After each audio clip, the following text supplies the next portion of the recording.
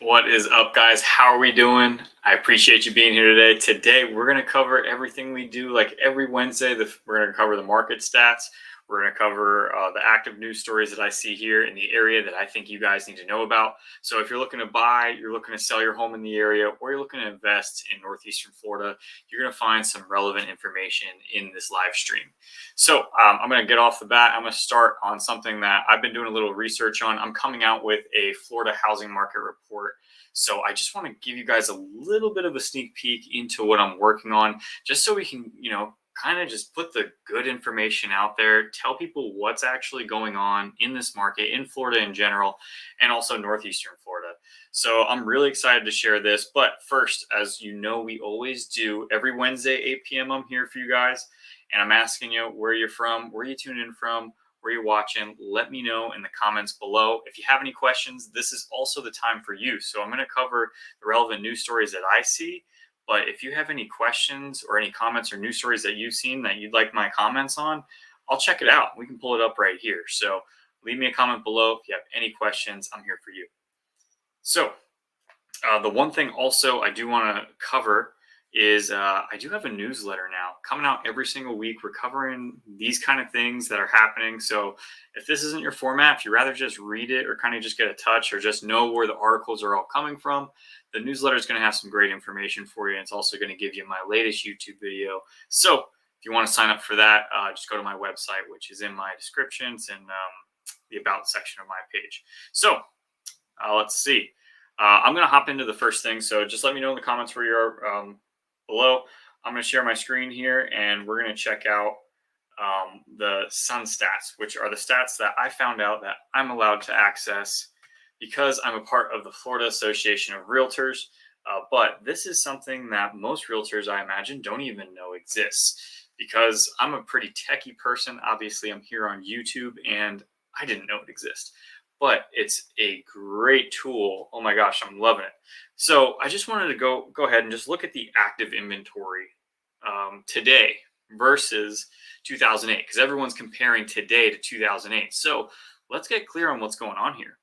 So we can see the inventory over here for the entire state of Florida. This is everywhere in Florida. This is the Florida Association of Realtor stats. So this is pretty much all the realtors throwing their data up. 53,000 homes in total of June in 2022. Now compare that to 2008, 225,000 homes at that time for the entire state of Florida.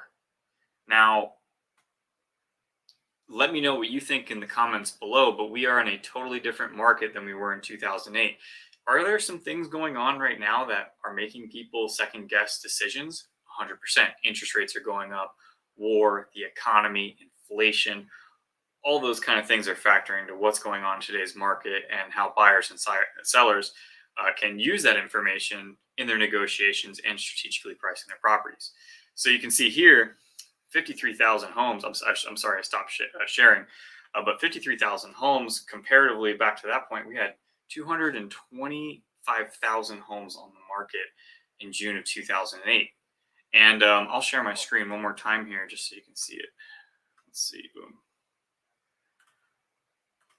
Now you take a look here, like you can see that it hit a good point in 2012. I guess we can all kind of say 2012 is where things kind of got a little bit back to normal, and it evened out. You're seeing about 100,000 homes in the market here for 2012 all the way up to 2019. And then once we saw the pandemic, we saw that steep decline in inventory, and that's where we're at now. So this is really where that balance market's at, that 100,000 homes for the entire state of Florida. So I think that's really important to note. And is the market shifting? We're seeing a slight shift, yes. Is it switching to where all the prices are going to drop $100,000 overnight? I don't believe so, especially based off of the supply that we have here. And we still have demand. We still have people moving to our area.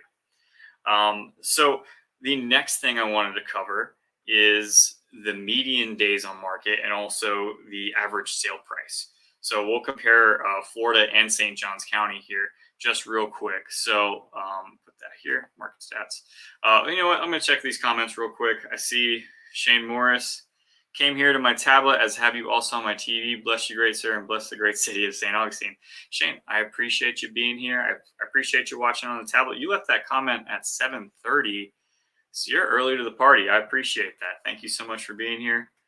Colleen T, Albany, New York, upstate near Massachusetts. It's just as hot up there in New York right now as it is down here in Florida. I can't even believe it. My dad's down. My sister's supposed to have a baby this week. If not, she's getting induced on Friday. So my dad's staying with me for the week. So he said it's just as hot up there. But thank you, Colleen, so much for joining us. I know you're a regular. Rahul and Christine, Olympia, Washington. That is far distance. Are you thinking about moving here? What has you thinking about moving from Washington if you are? Thank you for tuning. Shane Morris, I'm from Kenton, Ohio. Great, sir. My guy, back at it again. Kenton, Ohio in the house. Well, Shane, what has you looking at our area here? Let me know.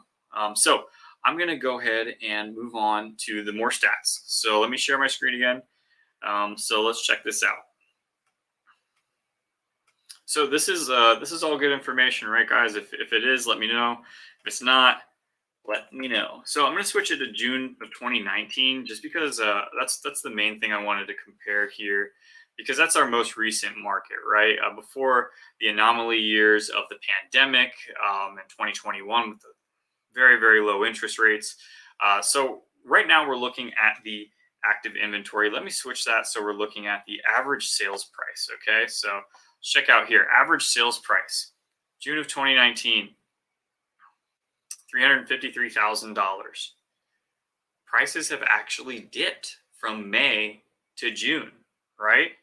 And that's the first time historically since 2008 that prices have gone down, May to June. Now, year over year, you can see it's still up 14%. So are things going to fluctuate on the monthly, especially with the lower inventory? Yes, of course. But I just think that's an interesting stat that you need to know about, okay? So this is Florida. That's the average sale price here. And we're going to check out St. Johns County, okay? So we're going to go to St. Johns County, boom. St. Johns County doing the same exact thing, following that trend of Florida, where prices went up a high of 745 in May of 2022. This is for single family homes, by the way. And now it's down to a 672, okay? But if you look, that increase really came in that February, March time, which if I'll show you the inventory then, we had no homes on the market. I mean, there might have been 500 homes available. So still, even with that drop, in May, we were up 28% year over year. With that drop, we're still up 14%. But I imagine also, it is a different time to buy and sell when it's in the middle of the summer, because you got a lot of people doing a lot of different things. So let's change this, and we'll just the Florida again. And we're going to go over to the days on market. So that'll actually be the median time to contract, okay? So let's take a look here. So the Florida median time to contract, back in 2019, that was 39 days. Take you 39 days to get in contract. Today, that is 10 days, okay? And back in June of 2021, that was 8 days. So we still have a long way to go before we're back at that balanced market of 39 days. That is actually still a very quick time to sell a home. But that was more of a balanced market where you weren't seeing these 2% price increases every single month. Now, let's do the same thing, and let's apply that to St. Johns County, the median time to contract. Days on market, right? So they're at 16 days, June 2022. You go back June 2021, and here we go. They're at 17 days. So actually the days on market here in St. Johns County have gone down. We're still higher than the average for the state of Florida.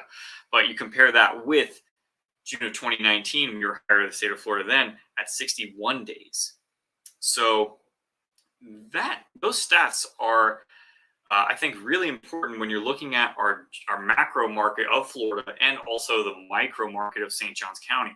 I'm also going to be covering the Jacksonville area when I do my market report too, and the Flagler County area as well. But we all know St. Johns County is my main market, the one I like to focus on. I live in St. Augustine, so really important for me to stay on top of these things.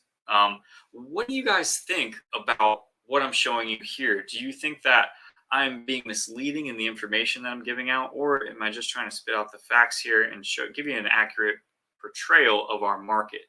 Yes, things are changing. That is definitely a known thing. Interest rates have gone up. That affects a lot of buyers in the area. Also, I mean, prices can't go up forever. There's going to be a point where that meteoric rise either has to plateau or come back down, or just maybe keep going up slightly but slower than that 15% a year. Back in 2012, 2013, 2014, you were getting price appreciation of 2.5 to 3.5% per year, which on average, that's normal across the nation. So realtors want the market where prices are going up slowly.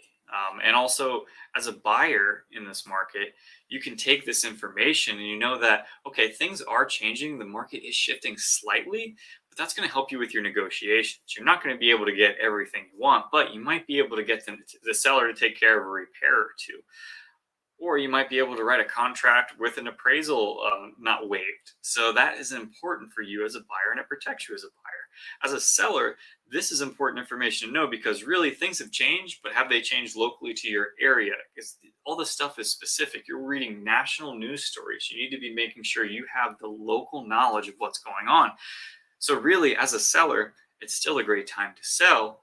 And the question is really, how much longer are we going to be in this peak market? That we are unsure of, which leads us into our next story, which I think is really important. It's the buzz of the week. But let me just hop back here, see if I got any comments. Oh, I got some comments. All right. All right. Shane, I'm going to leave that comment off. Never mind. But hey, I hope everything goes well for you. Eventually, we'll get you out of that cardboard box. We'll get you into something nice. Colleen, here we go. I know there was a housing bubble and they were allowing people to qualify to buy houses who were not prepared financially. They need to encourage folks to save up for a good chunk of the price. Yes, you know what? It's so hard in today's world. I feel like, especially my generation, we're thrown everything but in the kitchen sink on what you should invest in. And especially with my generation and the younger generation, we are so much of a demand, give it to me now, Amazon, deliver it in my house in 2 hours, where we want to get rich quickly, right? And most people know that that's just not how it works. So maybe the people that are looking to buy a home today, they're like, oh, well, if I'm not going to go up 20% and be able to pull out equity and invest it in something else, then it's not worth it to them. But then they have hey, buy this crypto, buy an NFT, buy this monkey that you have exclusive. You're in a group, and I can screenshot it. And I don't understand it, but we're sold that kind of stuff heavily, instead of actual reliable principles of how to build wealth, because it's a get rich slow scheme. But days on market are crazy low. John, we've talked about this, of where we think this market is heading. And is it slowing down? Yes. I mean, that's statistically, yes. 10 days overall for Florida, days on market, to 8 days to 10 days. That's pretty much nothing in my opinion, but it is a slowdown. Statistically, that's a slowdown. Prices did go down May to June. If you're looking at the average and the median price of the entire state of Florida was $420,000 in May, $420,000 in June. First time that has an increase since 2008. So that could be an indicator that we are going into a shifting market. Though during the summer, we typically do see more inventory hit the market because a lot of people buy and sell during this time. So got to keep that in mind too. There are a lot of things that go into this. So I think in a month, once we have July's numbers out, we're going to have a better indicator of what's going on here. So, okay, worked for a tree company. Let's go, hopefully making some good money. But all right, on to the next story here. Now, we've heard about the Fed raising interest rates again, or raising the federal funds rate. Now, and a lot of people think that they are directly tied to the mortgage interest rates. So the federal funds rate was raised by 0.75 BPS, right? So how does that correlate to interest rates? It correlates, but it doesn't causate. So just because there was a raise in the federal funds rates doesn't mean there's going to be a raise in the mortgage interest rates, because the federal funds rates essentially sets what banks can loan money to each other in a short-term period, which is less than 24 hours. We know that mortgages are, most people are utilizing their mortgage for 30 years, but on average, you have people buying and selling every 3 to 10 years, let's say. So they are correlated, but they are not causated. So let's take a look at this. I'm not the smartest guy in the world. I'm learning about this stuff every day. So if you have any comments about what's going on here, maybe you can educate me a little bit. Let me know in the comments below. But let's go ahead. We'll check out what I'm looking at here so you get a good idea. So, all right. So I pretty much stole that whole headline and repeated it. But this is the main thing, is that really mortgage interest rates base themselves off of the bond market, and the federal funds rate, which I'm going to put this article in the comments so that you guys can check this out when you have some time, and so you can read it and understand it in the same way that I'm understanding it. So most of the time, the Fed can change interest rates by policies. The main thing that they do is by the buying of treasuries and mortgage-backed securities in large amounts. Quantitative easing is what they call it. So it can have an impact in that way. But the Fed meets 8 times per year, and investors need to make decisions based off of these meetings. So a lot of the times they're basing it off of the news that comes out or what these speakers are saying nationally. So in this instance, 7 out of 7 Fed speakers over the past month have mentioned that they're leaning towards a 0.75 hike to the federal funds rate.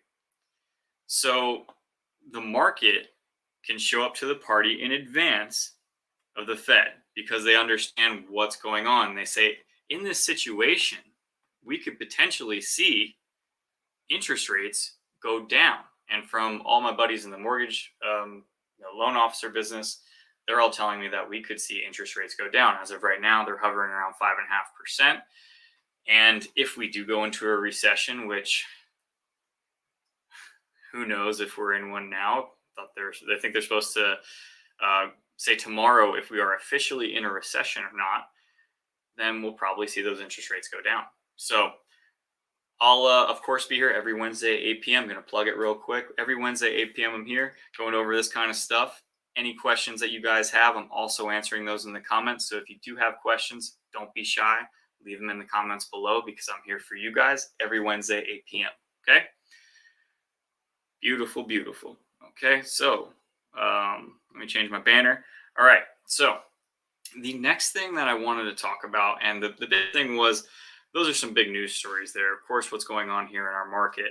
But St. Johns County is also going to be proposing a $1.2 billion budget proposal. And that's to deal with all the infrastructure that we need going on here. I mean, we have so many people moving to the area. I've already talked about some schools that are overcrowding and them needing to buy schools. And this a couple of weeks ago, I covered how they bought a school, or they took a bid for a school to be completed by 2024 for $59.2 million. In 2019, that school cost them $37 million to build. So a lot of money is going around here in St. Johns County. A lot of things are happening. So let me share my screen here. I just want to give you an idea of some of the infrastructure projects that they are proposing for the area. So boom, boom, boom. All right. $1.2 billion budget proposal as home values skyrocket 17.8%. Calls for $1.2 billion in spending to pay for public safety, new road projects, and infrastructure in one of the fastest growing counties in the state. For comparison, Jacksonville Mayor Lenny Curry presented a $1.5 billion budget proposal to Jacksonville City Council earlier this month. And Jacksonville is a huge city, a much larger population than St. Johns County.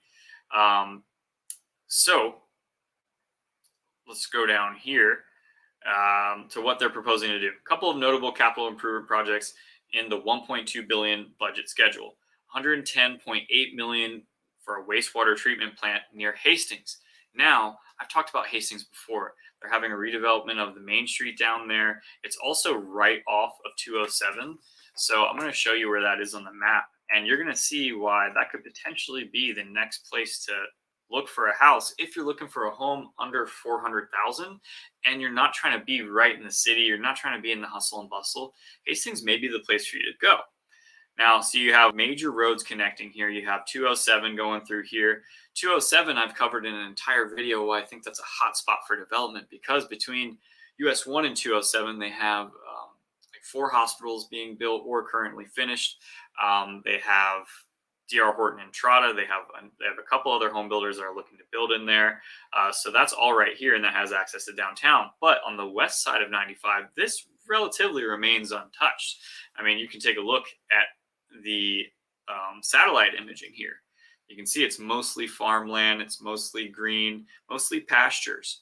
So what they're talking about doing is adding a wastewater treatment plant near Hastings. So seems to be a lot of money is going into Hastings. It recently became a part of St. Johns County. So I think I'd keep my eye on that, honestly.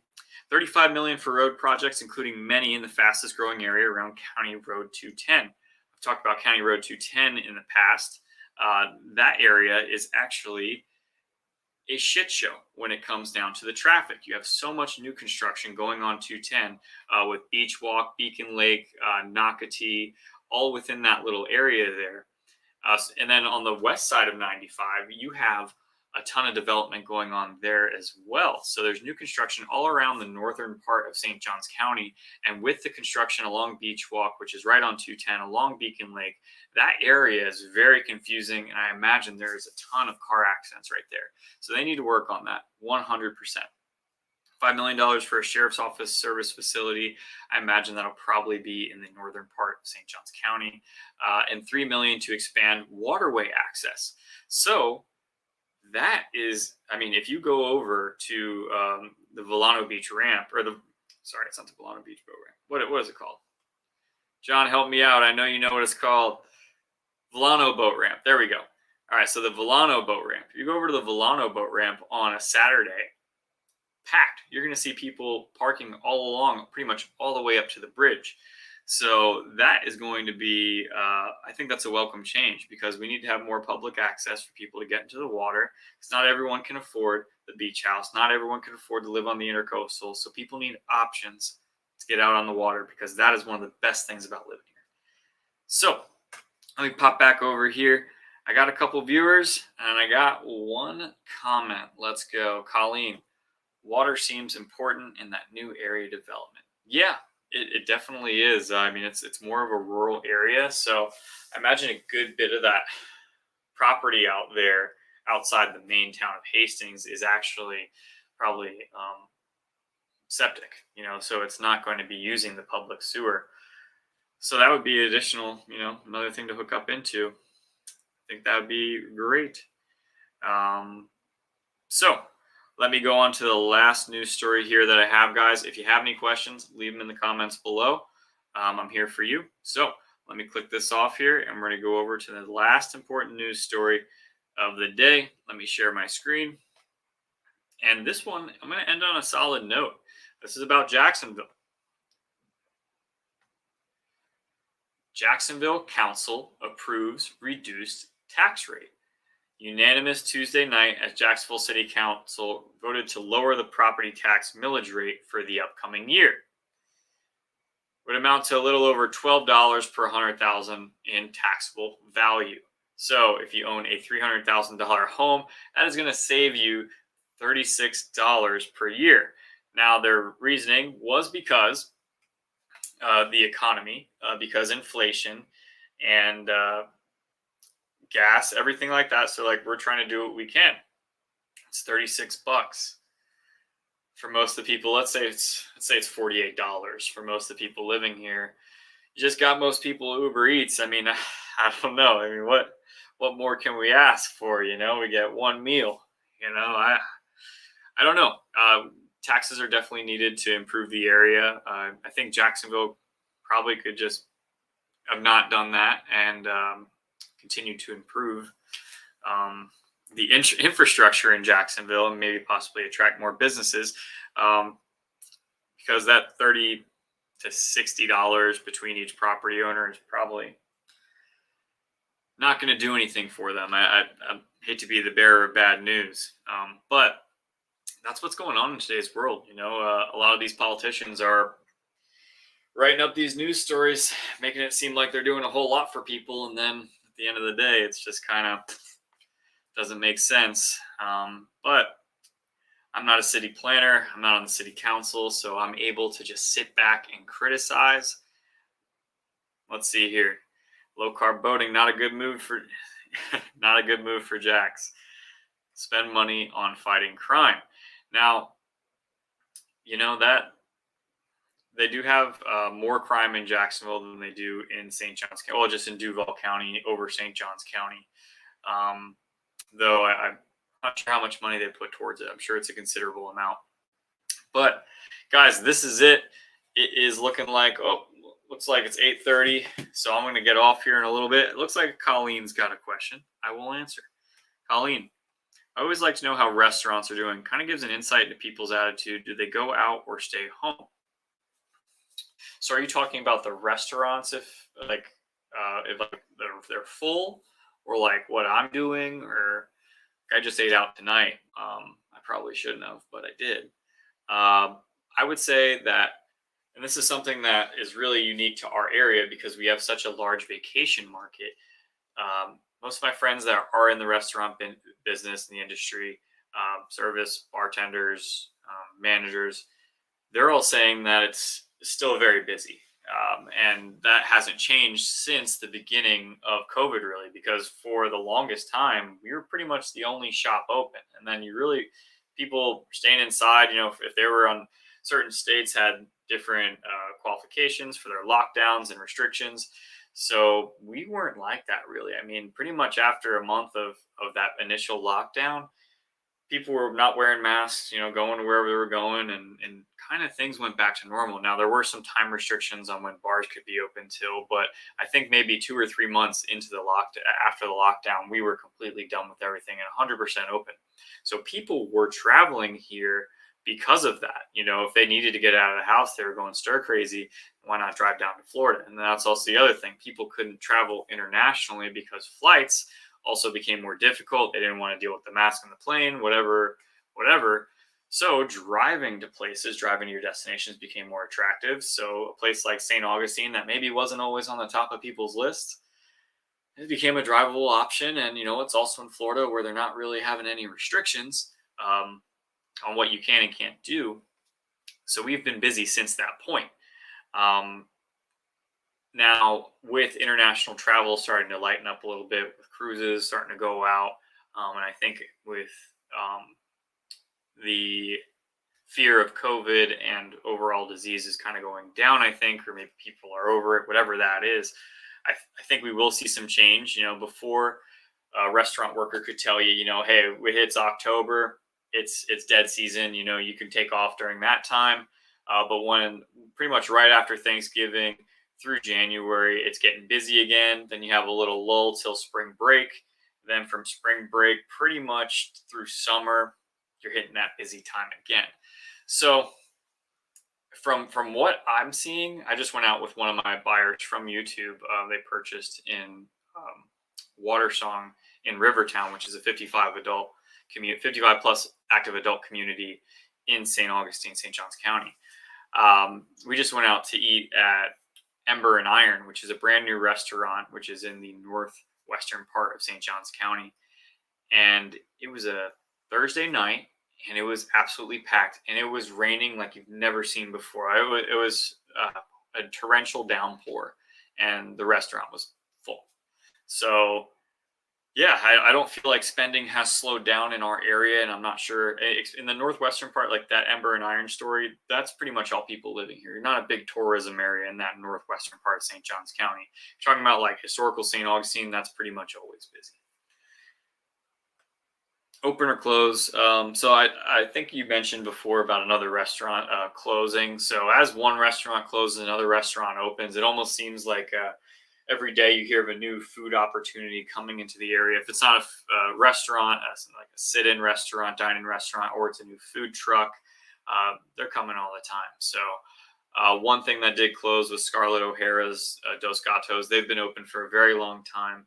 I covered my thoughts in the last live stream on that. But another place that did just open, um, well, it's going to open, which I'm really excited about, is Asado Life, which is going to take over the old Otters on the Water, the old Culinary Outfitters. There's been two restaurants in this one beautiful location that they've had issues with parking. So they weren't able to get the amount of revenue needed based off the parking they had to keep their beautiful restaurant open.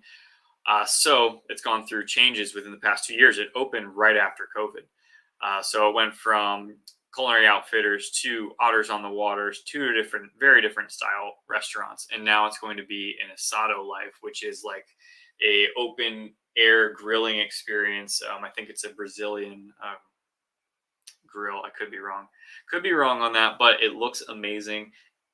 Searching on Instagram, you're going to find some cool stuff. Okay. Northeast was a lot of takeout. Seems to remain even now. Yeah, I mean, takeout it's the way the younger people are doing it. I mean, I now don't cook pretty much any of my meals. I use a meal prep service so I can eat healthy at least. So I don't have to cook, put it in the microwave for 90 seconds.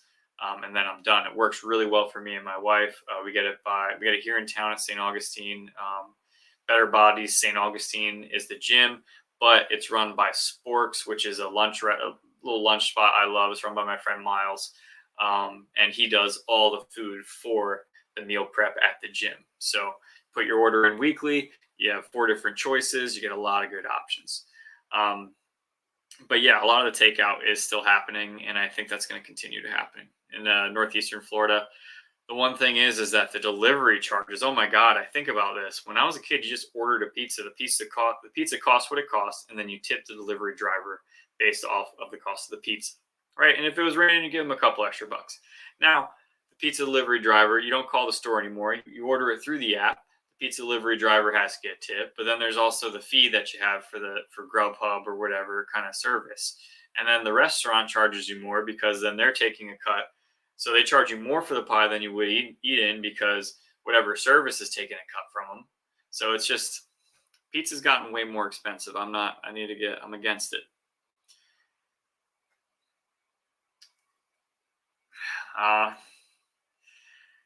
You know what? It's probably that guy right after us, John. He probably took a look at it, and it's about the income, right? There was another home I was supposed to see as a vacation rental. Another one of those speculative sellers. Kind of what me and John talked about is people that want to sell, but they don't really need to sell because they're in a vacation rental market and they're collecting a very good income. So a lot of the people that you're going to see that are in the vacation rental market, like a Volano Beach, they're not going to be able to be actively shown. So they're scheduling one day out of the week where you can see this house, which is not exactly convenient for anyone's schedule. So it's like Saturday between 12 and 4 because it's rented out on a weekly basis. So I saw another house I was supposed to see with another buyer this week for 3.1 million, 3100 Coastal Highway, I believe it is. And they're collecting $270,000 in income every single year. Now, this place is a lot different than the beach house that we saw, but that's where these numbers are coming from. A lot of these people look at it. It's a numbers game. So if the vacation rental market is strong here in St. Augustine, which is primarily, what this town thrives off of, which is vacations, then they're going to get good numbers, good returns. I mean, if you're, the one place we looked at was 1.2, and the guy said he was making $90,000 a year on it.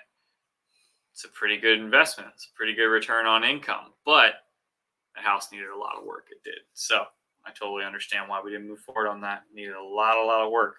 So super excited to work with you though, John. Guys, any other questions, let me know in the comments below. I'll answer them on my off time. I'm here every Wednesday at 8 p.m. I do also have a newsletter. So if you are looking to move to St. Augustine, if you're living in St. Augustine, or if you're living in Jacksonville, Palm Coast, the surrounding area, this newsletter has relevant information for you about the market, about the developing areas here, and also what I'm doing too. So you stay in tune on all that good stuff, everything we're covering here. So if you're buying, selling, investing, you're going to find some value out of it. So if you need that, go to my website, get you logged in. Smash that like button. Guys, listen to Colleen. And then we got Love Nature here. Thank you, Thomas. Very informative as usual. Thank you so much. I appreciate that. Got my top fans in the house tonight, and I really appreciate you guys. Smash that like button. If you have any questions, the comments help a lot too. Keep those comments going. Let me know what I can do for you. And then if you need any further assistance, reach out to me directly. Email is probably the best way. It's going to be trayberg8@gmail.com. So let me know if I can help. Thanks, guys, so much for being here every Wednesday at 8 p.m. Talk to you guys later.